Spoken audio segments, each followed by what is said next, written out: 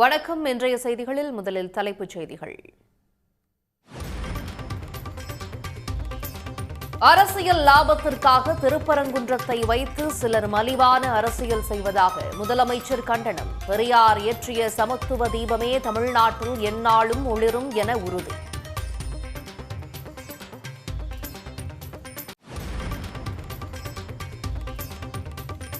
முதலமைச்சர் மு.க.ஸ்டாலின் முன்னிலையில் 36,660 கோடி மதிப்பில் 91 புரிந்துணர்வு ஒப்பந்தங்கள் கையெழுத்து.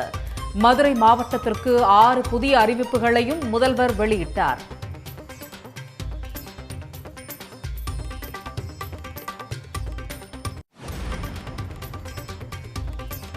விமான சேவை ரத்தால் பயணிகளுக்கு 610 கோடி ரூபாயை திருப்பி வழங்கிய இண்டிகோ நிறுவனம் நிலைமை 3 நாட்களில் சீராகும் என தகவல்.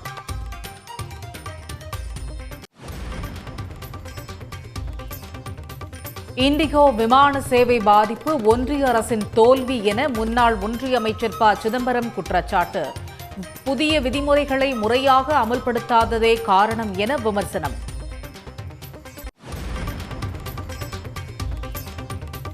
தவேகாவுக்கு தாவிய செங்கோட்டையன் விழுது அல்ல என்று செல்லூர் ராஜு பேச்சு. செங்கோட்டையன் யார் என்று செல்லூர் ராஜுவுக்கு தெரியவில்லை என டிடிவி தினகரன் பதிலடி.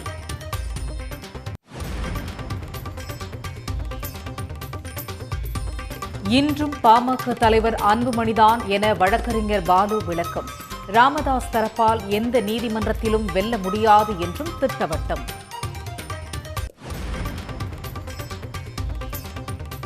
நெல்லையில் தீயணைப்புத்துறை இணை இயக்குநர் அலுவலகத்தில் பணம் வைத்தவர் கைது. மும்பையில் தலைமறைவாக இருந்தவரை கைது செய்து பெருமாள்புரம் போலீஸ் நடவடிக்கை. வார விடுமுறை என்பதால் சுற்றுலா தலங்களில் குவிந்த பயணிகள். படகு சவாரி செய்தும் அருவியில் குளித்தும் உற்சாகம்.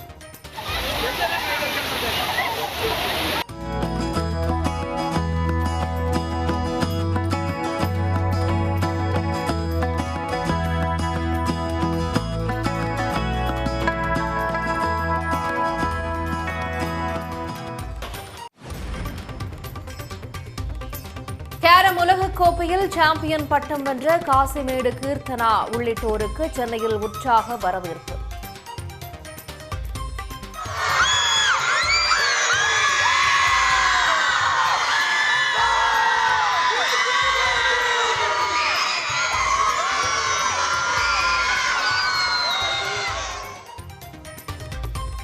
துணை முதல்வர் உதயநிதியின் உத்வேகத்தால் வெற்றி பெற்றதாக பேட்டி.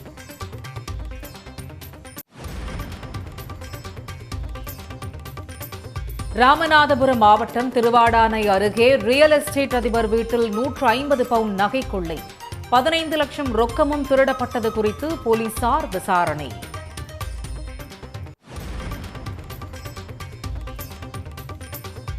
கொடைக்கானலில் அதிகரிக்கும் சட்டவிரோத ஜீப் சவாரி.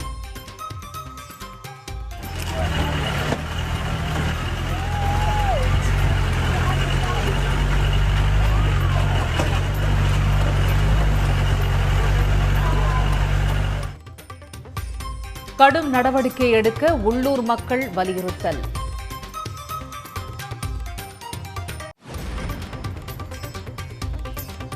கிரிக்கெட் வீராங்கனை ஸ்மிருதி மந்தனாவின் திருமணம் ரத்து என அதிகாரப்பூர்வ அறிவிப்பு. தனிப்பட்ட வாழ்க்கைக்கு மதிப்பளித்து அனைவரும் செயல்பட ஸ்மிருதி வேண்டுகோள்.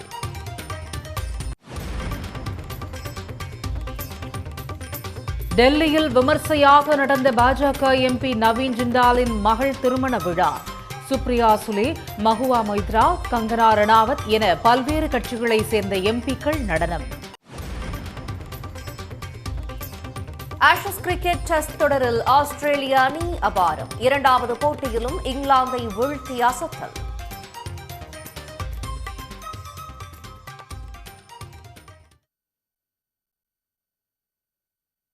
திருப்பரங்குன்றத்தை வைத்து சிலர் மலிவான அரசியல் செய்வதாக விமர்சித்துள்ள முதலமைச்சர் மு.க.ஸ்டாலின், பெரியார் ஏற்றிய சமத்துவ தீபமே தமிழ்நாட்டில் எந்நாளும் ஒளிரும் என உறுதிபட தெரிவித்துள்ளார். மதுரை உத்தங்குடியில் நடைபெற்ற அரசு விழாவில் கலந்து கொண்ட முதலமைச்சர் மு க ஸ்டாலின் 3065 கோடி ரூபாய் மதிப்பிலான முடிவுற்ற திட்டப்பணிகளை தொடங்கி வைத்ததுடன் 17 கோடி ரூபாயில் 7 புதிய திட்டங்களுக்கு அடிக்கல் நாட்டினார். 63698 வீட்டுமனை பட்டாக்கள் உள்ளிட்ட நலத்திட்ட உதவிகளையும் முதலமைச்சர் வழங்கினார். தொடர்ந்து நிகழ்ச்சியில் பேசிய அவர் திமுக ஆட்சியில் மதுரையின் வளர்ச்சிக்காக மேற்கொள்ளப்பட்ட பணிகளை பட்டியலிட்டார். வளர்ச்சி அரசியலுக்கு எதிராக எதிர்க்கட்சிகள் எத்தகைய சூழ்ச்சிகளை மேற்கொண்டாலும் அவற்றை முறியடிப்போம் என்று உறுதிபட தெரிவித்த முதலமைச்சர் மு க ஸ்டாலின் தமிழ்நாட்டில் பெரியார் இயற்றிய சமத்துவ தீபமே என்றைக்கும் ஒளிரும் என திட்டவட்டமாக கூறினார். நாம வளர்ச்சி அரசியலை பேசினா அவங்க வேற அரசியலை பேசுறாங்க. நான் உறுதியா சொல்றேன், அவங்க எத்தனை சூழ்ச்சி செஞ்சாலும் அத்தனையும் நாங்கள் முறியடிப்போம், அதை சிதைப்போம். இந்த முத்துவேல் கருணாநிதி ஸ்டாலின் கிட்ட அந்த பாட்சாலாம் பலிக்காது, எதுவும் எடுபடாது. ஒரு சிலரோட அரசியல் லாபங்களுக்காக பிரிவுகளையும் பிளவுகளையும் உண்டாக்கி சமூகத்தை துண்டாடும் சதி செயல்கள், அது நிச்சயமா ஆன்மீகம் அல்ல, அது அரசியல். அதில் கேடுகட்ட மலிவான அரசியல். இங்கே திரண்டிருக்கக்கூடிய மதுரை மக்கள் மீது நம்பிக்கையில் சொல்றேன், அனைத்து மதத்தினரும் அங்காளி பங்காளியா பழகிற பாசக்கார மதுரை மண்ணிலிருந்து உறுதியாக சொல்றேன், எங்க தமிழ்நாட்டில் என்றைக்கும் பெரியார் இயற்றின சமத்துவ தீபம் தான் ஒளிரும். உங்களால் அதை தடுக்க முடியாது. பி டீம் சி டீம் என எத்தனை அடிமைகள் உருவானாலும் 2026 டோர்னமெண்டில் சாம்பியன் பட்டம் நாங்கள் தான் பெறுவோம் என்றும் முதலமைச்சர் மு க ஸ்டாலின் தெரிவித்தார். எங்களுடைய வளர்ச்சி பயணத்தை உங்களால் தாங்கிக்க முடியல, அதனால சதி திட்டங்கள்ல நீங்க போடுறீங்க.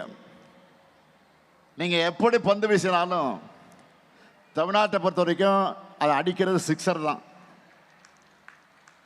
அந்த டீமுக்கு தோதான அடிமைகள் சிக்கலாம், பழைய அடிமைகள் புதிய அடிமைகள்னு பி டீம் சி டீம்னு உருவாகலாம். ஆனால் கடைசியில் டோர்னமெண்ட்டில் சாம்பியன் நாங்கள் தான்.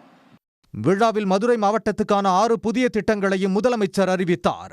வைகை ஆற்றின் வடகரையில் விரகனூர் முதல் சக்குடி வரை 8.4 கிலோமீட்டர் நீளத்துக்கு புதிய சாலை அமைக்கப்படும் என்றும் 4 மாசி வீதிகளில் புதிய பாதாள சாக்கடை திட்டம் செயல்படுத்தப்படும் என்றும் ஊத்தங்குடி கால்வாயில் வெள்ளத்தடுப்பு சுவர் கட்டப்படும் என்றும் தெரிவித்தார்.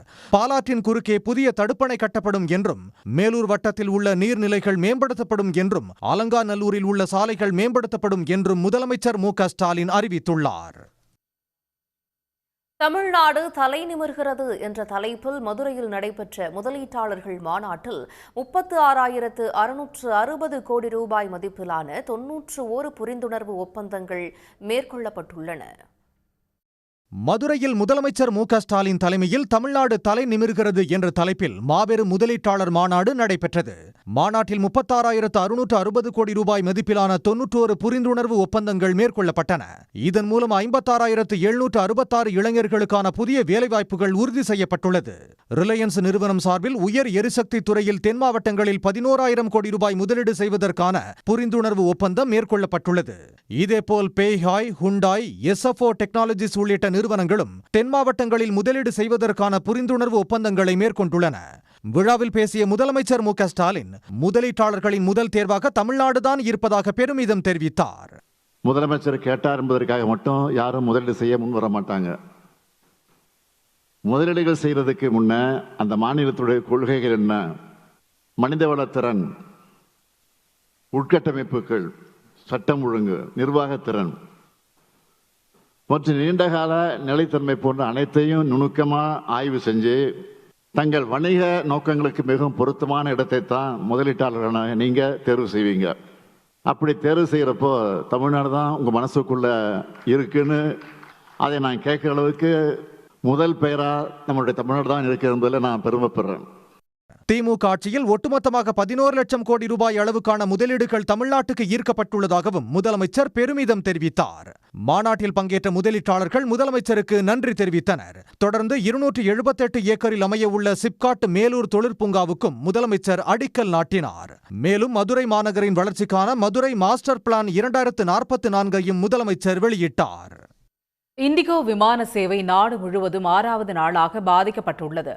சென்னையில் மட்டும் 100 விமானங்கள் ரத்து செய்யப்பட்டதால் பயணிகள் கடும் அவதிக்கு உள்ளாகினர். இதனிடையே விமான சேவை ரத்தால் பயணிகளுக்கு 610 கோடி ரூபாயை இண்டிகோ நிறுவனம் திருப்பி வழங்கியுள்ளது.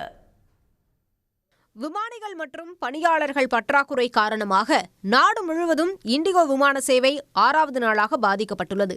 இன்று முதல் 95% விமானங்கள் இயக்கப்படும் என இண்டிகோ நிறுவனம் அறிவித்திருந்த நிலையில் தொடர்ந்து விமானங்கள் ரத்து செய்யப்படுவதால் பயணிகள் ஏமாற்றமடைந்துள்ளனர். இன்று சென்னையிலிருந்து புறப்படுகிற 50 விமானங்கள், சென்னைக்கு வருகிற 50 விமானங்கள் என மொத்தம் 100 விமானங்கள் ரத்து செய்யப்பட்டுள்ளன. இதனால் ஏமாற்றமடைந்த பயணிகள் கடும் அதிருப்தியை வெளிப்படுத்தியுள்ளனர். நாளைக்கு மார்னிங் எனக்கு 5:25 ஃப்ளைட்டு சென்னை மும்பை ஆஃபீஸ் போகிறதுக்காக. நான் இறங்கும்போதே நான் கேட்டேன், அந்த ஃப்ளைட்டு கன்ஃபார்ம்டான்னு சொல்லி. இல்லை, சாட்டர்டே போகுது கன்ஃபார்மு. சண்டேவும் பார்த்தேன், நான் செக் பண்ணேன், அதுவும் scheduled 5:25 flight Chennai to Mumbai. இன்றைக்கி காலையில் 3 மணிக்கு மெசேஜ் வருது, ஃப்ளைட்டு வந்து கேன்சல்னு சொல்லிவிட்டு. அதுக்கு ஃப்ளைட்டு மாற்றியும் கொடுக்கல. அதுக்கப்புறம் நான் கால் சென்டருக்கு கால் பண்ணேன். கிட்டத்தட்ட 1/2 hour போயிட்டே இருக்குது, யாரும் எடுக்கலை. அப்புறம் வீட்டு சிறுசேரியிலேருந்து நான் கிளம்பி ஏர்போர்ட்டுக்கு வந்துட்டோம். வந்த உடனே இங்கே கேட்டேன், நான் என்ன ஆல்டர்னேட் ஃப்ளைட் இருக்குன்னா, நான் வேறு ஃப்ளைட்லாம் காட்டுது. ஆல்டர்னேட் ஃப்ளைட்டு தான் வர தேவையில்லை. இங்கே வந்து நான் கேட்டேன், இங்கே ஒரு 1/2 hour வெயிட் பண்ணோம். நாளை காலை எந்த ஃப்ளைட் இல்லைன்ட்டாங்க. இதேபோல டெல்லி, மும்பை, கொல்கத்தா உள்ளிட்ட விமான நிலையங்களிலும் விமான சேவை பாதிக்கப்பட்டுள்ளது. இதனால் பல்வேறு நகரங்களுக்கு சென்றவர்கள் மீண்டும் திரும்ப முடியாமல் தவித்து வருகின்றனர். விமான நிலையத்தில் காத்து கிடக்கும் பயணிகள் விமான நிறுவனங்களின் ஊழியர்களுடன் வாக்குவாதத்திலும் ஈடுபட்டு வருகின்றனர்.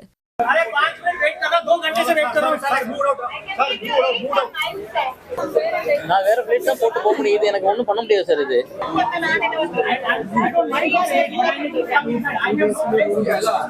இதனிடையே விமான பயணிகளின் பாதிப்புகளை குறைக்கும் வகையில் நாட்டின் பல்வேறு பகுதிகளிலும் சிறப்பு ரயில்கள் இயக்கப்பட்டு வருகின்றன.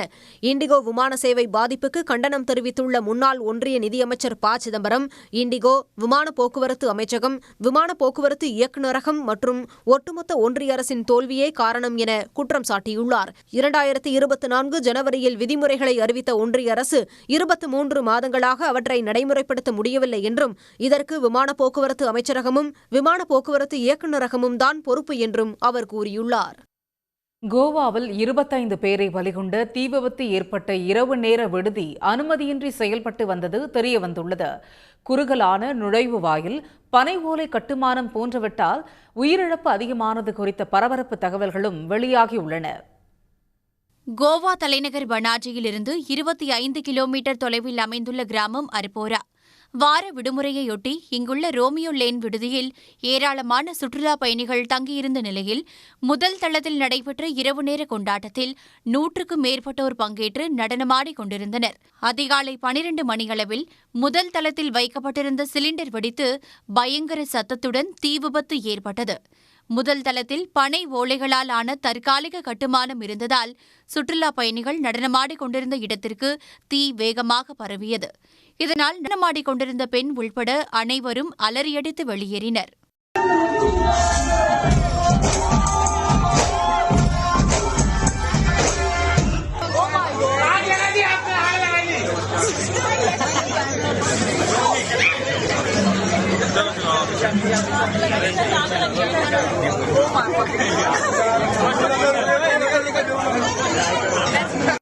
தீ விபத்தை அடுத்து அங்கிருந்து அனைவரும் மொத்தமாக வெளியேற முயன்றாலும் தரைத்தளம் குறுகிய நுழைவு வாயில் மற்றும் வெளியேறும் வழியை கொண்டிருந்ததால் சுற்றுலா பயணிகளால் உடனடியாக வெளியேற முடியவில்லை.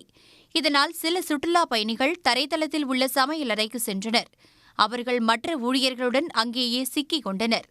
இவர்களில் பலர் மூச்சுத் திணறல் ஏற்பட்டு உயிரிழந்தனர்.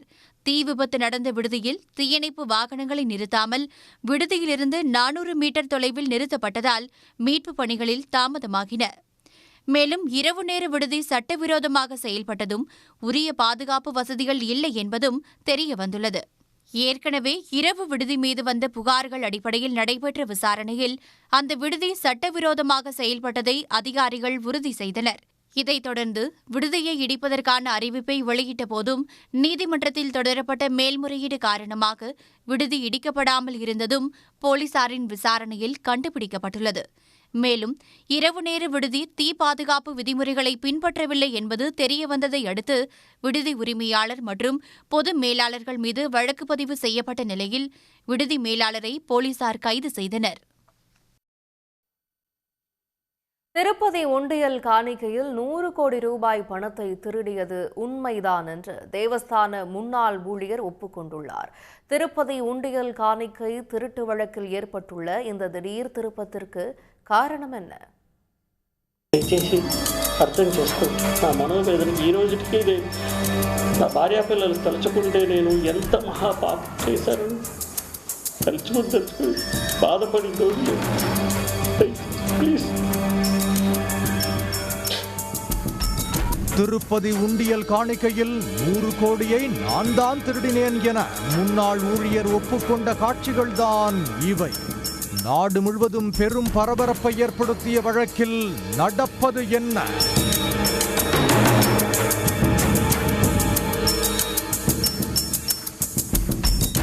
திருப்பதி ஏழுமலையான் கோயிலில் பக்தர்கள் காணிக்கையாக செலுத்தும் உண்டியல் காணிக்கை 2022ஆம் ஆண்டு ஆகஸ்ட் வரை கோயிலுக்குள் பறக்காமணியில் பிரித்து எண்ணப்பட்டு வந்தது.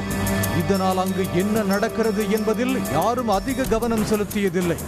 தேவஸ்தான ஊழியர்களும் ஸ்ரீவாரி பறக்காமணி சேவகர்களும் கோயிலுக்குள் உள்ள பறக்காமணியில் பணத்தை எண்ணி பின்னர் மகாத்வாரம் வழியாக வெளியே கொண்டு செல்வார்கள். ஊழியர்களும் பயோமெட்ரிக் நுழைவுவாயில் வழியாக சோதனைக்கு பிறகு கோயிலுக்குள் செல்வார்கள். மேலும் கோயிலில் இருந்த பறக்காமணி மையம் சற்று நெரிசலாக காற்று வசதி இல்லாததால் 2022ஆம் ஆண்டில் அன்னப்பிரசாத மையம் எதிரே விசாலமான கட்டிடத்திற்கு மாற்றப்பட்டது. பறக்காமணி கட்டிடம் கோயில் வெளியே மாற்றப்பட்ட பிறகு அங்கு நாணயங்கள் மற்றும் ரூபாய் நோட்டுகளை எண்ணுவதை தெளிவாக சிசிடிவி கேமராக்கள் மூலம் பதிவு செய்யப்படும். இந்த நிலையில் ஏழுமலையான் கோயில் பெரிய ஜீயர் மடத்தின் சார்பில் கடந்த 30 ஆண்டுகளுக்கு மேலாக பணிபுரியும் CV ரவிக்குமார் உண்டியல் காணிக்கை எண்ணும் பறக்காமணியில் எழுத்தராக சேவை புரிந்து வந்தார். 2023ஆம் ஆண்டு ஏப்ரலில் தினசரி வழக்கத்தின் ஒரு பகுதியாக பறக்காமணியில் எழுத்தராக உள்ள CV ரவிக்குமார் தனது பணிகளை முடித்த பிறகு தனது பேட்டியில் தைக்கப்பட்ட ரகசிய பாக்கெட்டில் 72,000 ரூபாய் மதிப்புள்ள வெளிநாட்டு டாலர்களை மறைத்து வைத்து கொண்டு சென்றுள்ளார். தேவஸ்தான விஜிலன்ஸ் துறையில் உதவி பாதுகாப்பு அதிகாரியாக இருந்த சதீஷ்குமார் சோதனை செய்து ரவிக்குமாரை கையும் களவுமாக பிடித்தார்.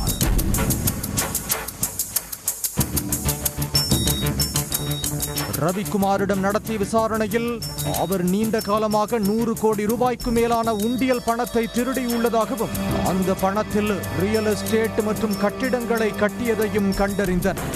ஆனால் அப்போதைய போலீசாரும் அதிகாரிகளும் சேர்ந்து இந்த வழக்கில் ரவிக்குமார் தான் செய்த தவறை உணர்ந்து 40 கோடி மதிப்புள்ள சொத்துக்களை தேவஸ்தானத்திற்கு எழுதி கொடுத்ததால் வழக்கை வாபஸ் பெறுவதாக லோக் அதாலத்தில் உதவி பாதுகாப்பு அதிகாரி சதீஷ்குமார் தரப்பில் தெரிவிக்கப்பட்டது. இதனையடுத்து லோக் அதாலத் மூலம் நீதிமன்றம் வழக்கை முடித்து வைத்தது. அப்போது மேலதிகாரிகள் அழுத்தம் காரணமாக வழக்கை வாபஸ் பெறுவதாக சதீஷ்குமார் குறிப்பிட்டிருந்தார். இந்த நிலையில் உண்டியல் பணம் திருட்டு வழக்கில் ரவிக்குமாரிடம் 100 கோடி ரூபாய்க்கு மேல் சொத்துக்கள் இருந்த நிலையில் தேவஸ்தானத்திற்கு எழுதி கொடுத்தது 40 கோடி என்றால் அப்போதைய அதிகாரிகள் போலீசார் மீதமுள்ளவற்றை பங்கு பிரித்துக் கொண்டதாக குற்றச்சாட்டு எழுந்தது. இது தொடர்பாக நீதிமன்றத்தில் வழக்கு தொடர்ந்தனர். இதனையடுத்து ஆந்திர உயர் நீதிமன்றம் லோக் அதாலத் தீர்ப்பை ரத்து செய்து இதுகுறித்து கூடுதல் DGP ரவிசங்கர் ஐயனார் தலைமையில் SIT விசாரணைக்கு உத்தரவிட்டனர். SIT குழு விசாரணை செய்து வருகின்றனர். இந்த குழு முன்பு கடந்த மாதம் 6ஆம் தேதி நேரில் ஆஜராகி சதீஷ்குமார் விளக்கமளித்தார். ஆனால் அடுத்த விசாரணைக்கு மீண்டும் ஆஜராக வேண்டிய நிலையில் கடிபத்ரி குத்தி சாலையில் ரயில்வே தண்டவாளம் அருகே மர்மமான நிலையில் முகத்தில் காயத்துடன் சதீஷ்குமார் சடலமாக கிடந்தார். முதலில் அவர் ரயில் முன் பாய்ந்து தற்கொலை செய்து கொண்டிருக்கலாம் என கூறப்பட்டது. ஆனால் ரயில் மோதி இறந்திருந்தால் உடல் கடுமையாக சேதமடைந்திருக்கும் என்பதால் அவரை மர்ம நபர்கள் அடித்து கொலை செய்திருப்பதாக போலீசார் தெரிவித்தனர்.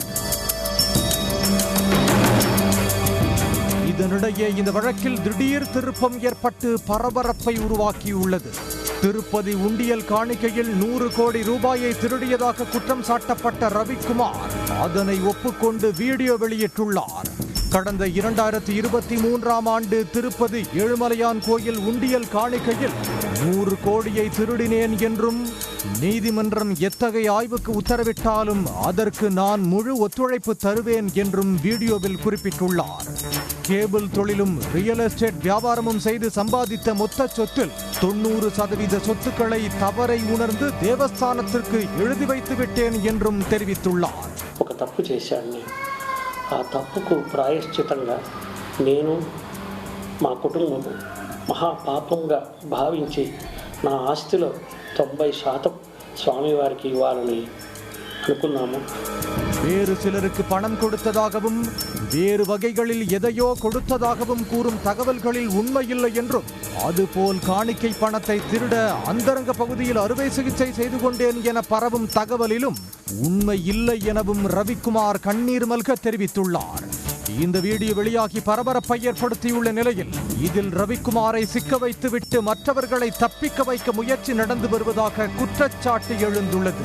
దయచేసి అర్థం చేసుకోండి నా మనోవేదన. ఈ రోజుకి నా భార్యాపిల్లలు తలుచుకుంటే నేను ఎంత మహాపాపం చేశాను తలుచుకుని బాధపడి రోజు లేదు. దయచేసి ప్లీజ్.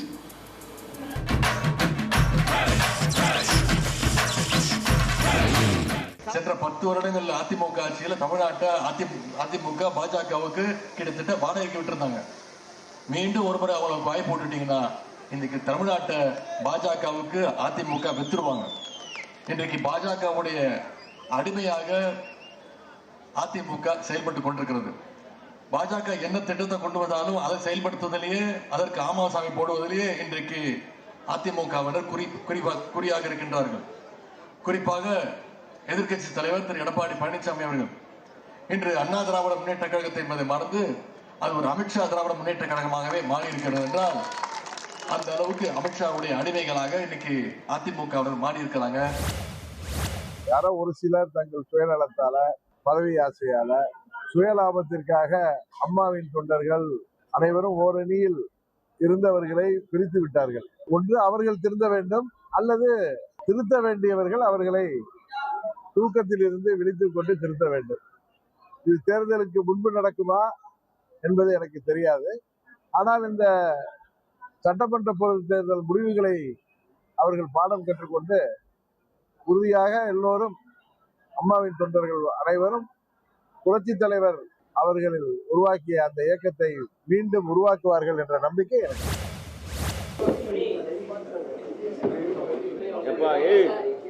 யாருப்பா எங்க தலைவரை தள்ளி விட்டு போறீங்க? உங்க இது எங்க தலைவரை கீழே தள்ளி விட்டு போறீங்க. அங்க பாருங்க தள்ளி விடுறாரு. எங்க இதுல இருந்து யாரும் தள்ள முடியாது. அவர் யாராலும் தள்ள முடியாத இடத்துல இருக்காரு தலைவர். சரி போலாமா? புது பொண்ணு என்ன செய்வாங்க? கல்யாணம் பண்ண புது பொண்ணு காலையில் எந்திரிச்சோன்னா வந்து வெடிய காத்தால காலையில் எந்திரிச்சு பார்த்தீங்கன்னா அப்படியே அந்த பூ, மல்லிகை பூ, அந்த கரைஞ்ச பூவோட போய் என்ன போய் தண்ணி பிடிப்பாங்கன்னு, இல்லை முன்னாடிலாம் கிணத்துல போய் தண்ணி வாங்கிட்டு வருவாங்க. அது மாதிரி புதிதாக வர்றவங்க எல்லாரும் தன்னுடைய காக்காக்கையும் தன் கொஞ்சம் பொன் கொஞ்சம் தாங்க சொல்லுவாங்க. எல்லாருமே சொல்லுவாங்க. எல்லாரும் என்ன சொல்லுவாங்க? நாங்கள் போய் 10ஓட 11 இருப்போம்னா சொல்லுவாங்க. நாங்கள் தான் அடுத்த ஆட்சிக்குன்னு வாங்க. ஏங்க எல்லாரும் தாங்க சொல்கிறாங்க. ஏங்க யாருங்க என்னங்க விழுதுன்னு நீங்களா சொல்கிறேன்? எனக்கு எம்ஜிஆர் காலத்து இருக்காங்கன்னா அதே சொல்லிக்கிட்டே இருந்தால் போதுமா? எல்லாம் 9 தடவை சட்டமன்ற உறுப்பினராக இருக்காரு, பல தடவை அமைச்சராக இருக்கார். அதை கொடுத்த யார்? செங்கோட்டையனுக்காக தனியாக ஓட்டு போட்டாங்க. ரெட்டலை சின்னத்தை பார்த்து மக்கள் ஓட்டு போட்டாங்க. புரட்சி தலைவர் அம்மா, அதுக்கடுத்து எடப்பாடியார். இதே எடப்பாடியாரை பார்த்து ஆகா ஓகோன்னு தானே இவர் புகழ்ந்தார்ல, நம்ம செங்கோட்டையனே புகழ்ந்தார்ல. இன்னைக்கு ஏதோ ஒரு கோபத்தாபத்தில் அவர் போகிறான்னா போகலாமா? ஏங்க எனக்கு எந்த கட்சியும் வேணாயா, எந்த பதவியும் வேணாயா, எம்ஜிஆர் கட்சி உருவாக்கின கட்சியில் இருப்பேன்டா அப்படி சொல்கிறவன் தானே ரோசமானவன். அவன்தான் மனுஷன். அவன் தான் உண்மையான அதிமுக ரத்தம். அவன் தலை அவன்கிட்ட ஓடுதுன்னு அர்த்தம். இருந்தாலும் மறைந்தாலும் பேர் சொல்ல வேண்டும், இவர் போல யார் என்று ஊர் சொல்ல வேண்டும் என்று வாழ்ந்து மனதை ஒப்பற்ற தலைவர் புரட்சி தலைவர் எம்ஜிஆர் உருவாக்கிய அற்புதமான இயக்கம் அனைத்து இந்திய அண்ணா திராவிட முன்னேற்ற கழகம். புதிய கட்சி ஆரம்பித்திருப்பவர் வருவார்கள், நிறைய பேர் வருவார்கள். எத்தனை பேர் கட்சி ஆரம்பித்தாலும் புரட்சி தலைவர் மாதிரி ஒரு தலைவரை இந்த நாடு இனி பார்க்க முடியாது. அவருடைய மறு உருவமாகத்தான் பாரத பிரதமர் நரேந்திர மோடி அவர்கள் இன்றைக்கு இந்தியாவுடைய இரும்பு மனிதர் மட்டுமல்ல, அகில உலக அளவில் இன்றைக்கு அமெரிக்க அதிபராக இருந்தாலும் சரி, ரஷ்ய அதிபராக இருந்தாலும் சரி, அவரை பார்த்து கட்டி பிடித்து கட்டி தழுவுகிற மாபெரும் தலைவர் நரேந்திர மோடி அவர்கள். ஆனால் இன்றைக்கு எல்லாரும் சாதாரணமாக பேசுகிறார்கள். இந்தியாவில் இன்றைக்கு இரும்பு மனிதராக பிரதமர் நரேந்திர மோடி இல்லை என்று சொன்னால் இந்தியா ஒரு நாடாக இன்றைக்கு உலக வரைபடத்தில் இருந்திருக்கவே முடியாத சூழலை இன்றைக்கு ஏற்படுத்தியிருப்பார்கள்.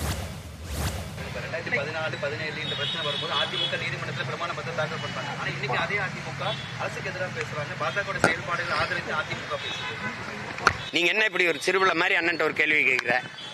கூட்டணி வச்சுட்டு அப்புறம் ஏத்து பேசுவிய? நீ எந்த தர்மத்தை விடவும் கூட்டணி தர்மம் பெருசுன்னு உனக்கு தெரியாதா? கொள்கையாவது இதாவது ஏதாவது பேசிருக்காத. நீ கொள்கைனா என்னன்னு சொல்லு. கொள்கைனா என்னன்னு சொல்லு. தீபம் ஏத்துறதுக்கு சிரிக்காத. நீ இதெல்லாம் ஒரு சிரிச்சுட்டு போ. அங்கிட்ட எல்லாம் தெரிஞ்சுக்கிட்டேன்ட்ட ஒரு கேள்வியை கேட்டுக்கிட்டு இருக்க. கூட்டணி வச்சுட்டு சொல்ல என்ன இப்படி எஜமா அங்க வச்சுக்க மாட்டாப்லையா? சொல்லு. நீ என்ன ஈடி ரைடு வரணும்னு நினைக்கிறியா? இல்ல ஏதோ பிரச்சனை என்ன? மாலத்தீவில் நடைபெற்ற உலகக்கோப்பை கேரம் சாம்பியன்ஷிப்பில் சென்னையைச் சேர்ந்த ஏழ்மையான பெண் கீர்த்தனா 3 தங்கப் பதக்கங்களை கைப்பற்றி அசத்தியுள்ளார்.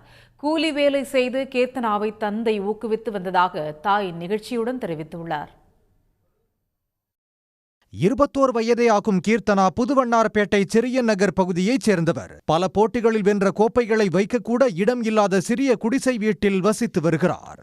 6 வயது முதலே கேரம் விளையாட்டில் கொண்ட அதீத ஆர்வத்தை சிதைக்காமல் அவரது பெற்றோர் முழு ஆதரவளித்துள்ளனர்.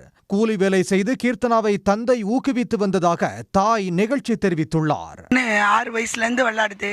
கஷ்டப்பட்டு தான் அவங்க அப்பா மூட்டை தூக்குறவரு. மூட்டை தூக்கிட்டு அப்பா நான் இந்த மேட்சுக்கு போனப்பா என்னோன்னா ஒரு காலையில் வேலைக்கு போயிட்டு சாயங்காலம் காசு எடுத்துன்னு வந்து கொடுப்பாரு. கொடுத்தோன்னே என்ட்ரன்ஸ் ஃபீஸ் கட்டுவா. இந்த டேட்டில் போகிறேன்ப்பா எனக்கு இவ்வளோ காசு வேணும்னு கேட்பா. அதே மாதிரி அவர் அது மாதிரி கொடுத்து அனுப்புவார். பொண்ணை உற்சாகப்படுத்துறதே அவர் தான். அவர் கேரம்னா ரொம்ப பிடிக்கும். அவர் நல்லா கேரமில் நல்லா விளையாடுவார். அவர் தான் ஃபஸ்ட்டு மிட்டாய் போர்டு வச்சு ரோட்டில் பொண்ணுக்கு சொல்லி கொடுத்தாரு, இப்படி விளாட்ணுமா இப்படி விளாட்ணுமான்னு.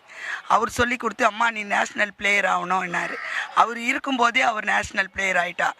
சிறிய நகரில் சிறிய பழுதடைந்த வீட்டில் குடியிருக்கும் கீர்த்தனா கழிவறை கூட இல்லாமல் மிகுந்த சிரமத்திற்கு இடையே உலகக்கோப்பை போட்டியில் பதக்கங்களை குவித்து பலரது கவனத்தை ஈர்த்துள்ளார். துணை முதலமைச்சர் உதயநிதி ஸ்டாலின் 1.5 லட்சம் ரூபாய் கொடுத்து மாலத்தீவு போட்டியில் பங்கேற்க உதவி உள்ளதாக கீர்த்தனாவின் மாமா மகிழ்ச்சி தெரிவித்துள்ளார். வடசென்னை என்னாமே பல்வேறு தரப்பட்ட மக்களுக்கு ஒரு பார்வை இருக்கும், ஒரு கருப்பின பார்வை இருக்கும். அதனை ஒழிப்பதற்கு இந்த வெற்றியானது எங்களுக்கு மிகப்பெரிய ஊக்குவித்தமாகவும் மிகப்பெரிய ஒரு நம்பிக்கையாக இருக்கிறது. அதுக்கு கீர்த்தனாக்க ஊர் சார்பாக நாங்கள் பெரிய அளவில் நன்றி தெரிவித்துக்கிறோம். மாலத்தீவில் நடைபெற்ற 7வது உலகக்கோப்பை கேரம் போட்டியில் ஒற்றையர், இரட்டையர் மற்றும் அணி ஆகிய 3 பிரிவுகளிலும் தங்கப் பதக்கம் வென்று கீர்த்தனா தமிழகத்துக்கும் நாட்டுக்கும் பெருமை சேர்த்துள்ளார். மாலத்தீவில் நடைபெற்ற உலகக்கோப்பை கேரம் சாம்பியன்ஷிப் போட்டியில் 3 தங்கப் பதக்கங்களை வென்ற கீர்த்தனா உள்ளிட்ட வீராங்கனைகளுக்கு சென்னை விமான நிலையத்தில் உற்சாக வரவேற்பு அளிக்கப்பட்டது. கேரம் விளையாட்டிற்கும் முக்கியத்துவம் அளித்து உதவி செய்து உற்சாகப்படுத்திய விளையாட்டுத்துறை அமைச்சரும் துணை முதல்வருமான உதயநிதி ஸ்டாலினுக்கு வீரர் வீராங்கனைகள் நன்றி தெரிவித்தனர். 3 தங்கப்பதக்கம் வென்றதில் ரொம்ப சந்தோஷப்படுறேன். அதேமாதிரி வின் பண்ணோம், இந்தியாவுக்கோசம் பெருமை வாங்கி தரணும் அப்படின்ட்டு ரொம்ப முயற்சி பண்ணேன். உதயநிதி சார் என்கரேஜ் பண்ணார். அவர் வின் பண்ணிட்டு வரணும்னு சொன்னார். அவருக்கோசமே அவர் கொடுத்த என்கரேஜில் நான் போயிட்டு இந்தியாவுக்கோசம் ரொம்ப வின் பண்ணிட்டு வந்தது ரொம்ப பெருமையாக இருக்குது. டீம்லேயும் வின் பண்ணியிருக்கோம், இண்டிவிஜுவல் சிங்கிள்ஸ்லேயும் வின் பண்ணியிருக்கோம், டபுள்ஸ்லேயும் வின் பண்ணியிருக்கோம். ரொம்ப ஹாப்பியாக இருக்குது. இதே மாதிரி கேரம் உருவாகணும். காலேஜ் கேம்ஸ் அண்ட் ஸ்கூலில் எல்லாம் SGFலாம் நிற்கிது. ஸோ இன்னும் டெப்டி சிஎம் சார் இதெல்லாம் இன்னும் யூனிவர்சிட்டி லெவலில் வந்துச்சுன்னா கேரமில் கண்டிப்பாக எல்லாருமே கிரிக்கெட் செஸ் அளவுக்கு கேரமும் வரதுக்கு நிறைய வாய்ப்பு இருக்குது. நன்றி. இந்த முறை நாங்கள் 7வது உலகக்கோப்பைக்கு போயிட்டு டீம் ஈவெண்ட்டில் கோல்டு மெடலும் டபுள்ஸில் சில்வர் மெடலும் வாங்கியிருக்கேன். ரொம்ப சந்தோஷமாக இருக்குது. இதே மாதிரி தான் போன தடவை நாங்கள் போயிட்டு வந்தோம். போன தடவை 2 கோல்டு எடுத்துகிட்டு வந்தோம். இந்த தடவையும் எங்களை இப்படி நீங்கள் இன்வைட் பண்ணுறதில் பார்க்கும்போது ரொம்ப ஹாப்பியாக இருக்குது. இந்த மேட்ச் நாங்கள் பார்ட்டிசிபேட் பண்ணுறதுக்கு எங்களுக்கு டெப்டி சிஎம் சார் 1.5 லட்ச ரூபாய் கொடுத்தாங்க. அந்த மணி மூலியமாக தான் எங்களால் இவ்வளோ தூரம் போய் எங்களால் விளையாண்டுட்டு வர முடியுது. சார் வந்ததுக்கப்புறம் தான் நிறையா மாற்றம் வந்திருக்கு கேரம் சைட்லேருந்து. ஏன்னா கேரம்னா என்னன்னு கேட்டு கேலி பண்ணவங்களுக்கு இந்த இதில் வந்துட்டு சார் எங்களுக்கு இவ்வளோ சப்போர்ட் பண்ணது ரொம்ப சந்தோஷமாக இருக்குது. இப்போ கேரம்னா எல்லாருமே சுற்றி பார்க்குறாங்க கேரம் அப்படின்னு சொல்லி எல்லாரும் என்கரேஜ் பண்ணுறாங்க. நிறையா பிளேயர்ஸ்லாம் இப்போ உருவாகிட்டு இருக்காங்க. சார் இதே மாதிரி இன்னும் எங்களுக்கு ஹெல்ப் பண்ணிகிட்டே இருக்கணும். விடுமுறை தினத்தையொட்டி தமிழ்நாடு முழுவதும் சுற்றுலா தலங்களில் மக்கள் குடும்பமாக குவிந்து பொழுதை கழித்தனர். டிட்வா புயல் தாக்கத்தால் ஒரு வாரத்திற்கு பிறகு சுற்றுலா தலங்கள் இயல்பு நிலைக்கு திரும்பியுள்ளன. இதனால் வார விடுமுறையை ஒட்டி மக்கள் குடும்பமாக சுற்றுலா தலங்களில் குவிந்து குதூகலித்தனர். குறிப்பாக கொடைக்கானலில் திரும்பும் திசையெங்கும் மக்கள் தலைகளாக காட்சியளித்தன.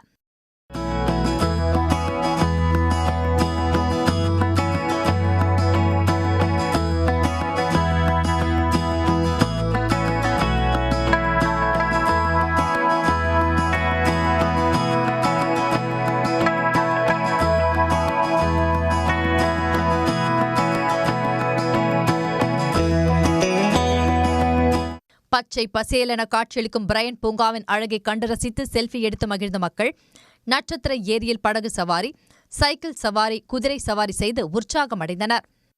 சீசன் நல்லா இருக்கு. இந்த டைம் லாஸ்ட் ஒரு 10 டேஸா மழைன்னு சொல்லிட்டு இருந்தாங்க. பட் இப்போ ஒரு 2 டேஸா வெதர் நல்லா இருக்கு, என்ஜாய் பண்ற மாதிரி இருக்கு. இப்போ போட் ஹவுஸ் வந்திருக்கோம், நல்ல crowd. 1 hour last 1 hour wait பண்ணிட்டு தான் இருக்கோம். நல்ல க்ரௌடு, சீசன் டைம், கண்டிப்பா எல்லாரும் ஒன்றும் என்ஜாய் பண்ணோம். இப்போ குணா குகை, பில்லர் ராக்கு, பூம்பாறை நல்ல கிளைமேட்டு, மிஸ்ட், கண்டிப்பா எல்லாரும் வந்து என்ஜாய் பண்ணுவோம். கன்னியாகுமரி மாவட்டம் திருப்பரப்பு அருவியில் ஆர்ப்பரித்து கொட்டும் தண்ணீரில் சுற்றுலா பயணிகள் ஆனந்த குளியலிட்டு குதூகலித்தனர்.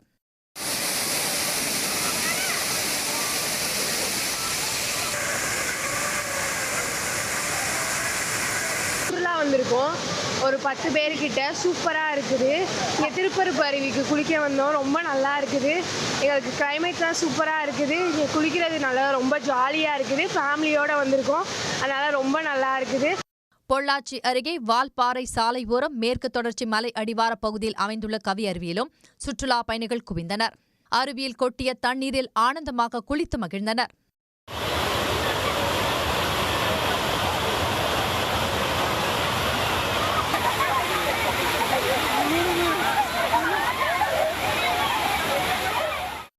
கவி அருவியில் கடந்த ஆண்டு ஏற்பட்ட வெள்ளப்பெருக்கால் தடுப்புச் சுவர், தடுப்பு கம்பிகள் வெள்ளத்தில் அடித்துச் செல்லப்பட்டுள்ள நிலையில் தற்போது தற்காலிக மரக்கட்டைகள் வைத்தே தடுப்புகள் ஏற்படுத்தப்பட்டுள்ளது. இதனால் சுற்றுலா பயணிகளின் பாதுகாப்பை உறுதி செய்ய போதிய நடவடிக்கைகளை எடுக்க வேண்டும் என்றும் சுற்றுலா பயணிகள் வலியுறுத்தி வருகின்றனர். கார்த்திகை மாதம் கடைசி ஞாயிற்றுக்கிழமையொட்டி தமிழ்நாட்டில் உள்ள முக்கிய கோவில்களில் பக்தர்களின் கூட்டம் அலைமோதியது.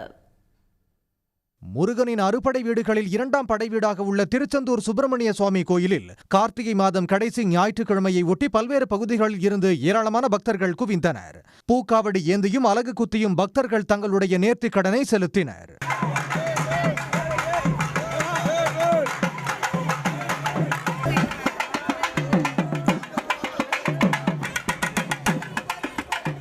பக்தர்களின் வருகையால் திருச்செந்தூர் முருகன் கோயிலில் 100 ரூபாய் கட்டண தரிசன வரிசை, பொது தரிசன வரிசை மற்றும் முதியோர்களுக்கான சிறப்பு தரிசன வரிசை என அனைத்திலும் பக்தர்கள் நீண்ட நேரம் காத்திருந்து தரிசனம் செய்தனர்.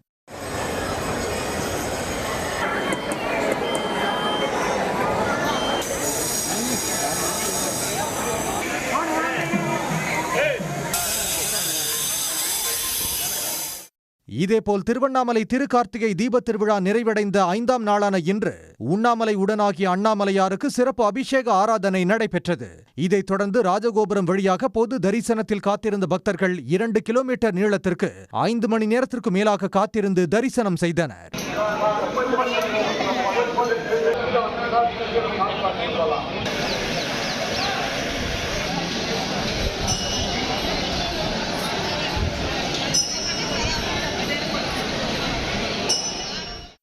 இதேபோல் திருவண்ணாமலை அம்மணி அம்மன் கோபுர வழியாக 50 ரூபாய் சிறப்பு தரிசனத்திற்காக காத்திருந்தவர்கள் 3 மணி முதல் 4 மணி நேரத்திற்கு மேலாக காத்திருந்து தரிசனம் மேற்கொண்டனர்.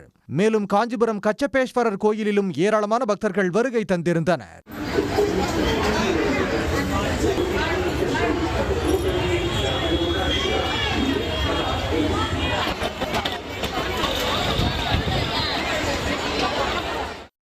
கச்சபேஸ்வரர் கோயிலில் பச்சரிசி மாவினால் தயார் செய்யப்பட்ட விளக்கை பக்தர்கள் தலையில் சுமந்தபடி நேர்த்திக்கடன் செலுத்தி வழிபட்டனர். உடனுக்குடன் செய்திகளை தெரிந்து கொள்ள சன் நியூஸ் பெல் ஐகானை கிளிக் பண்ணுங்க.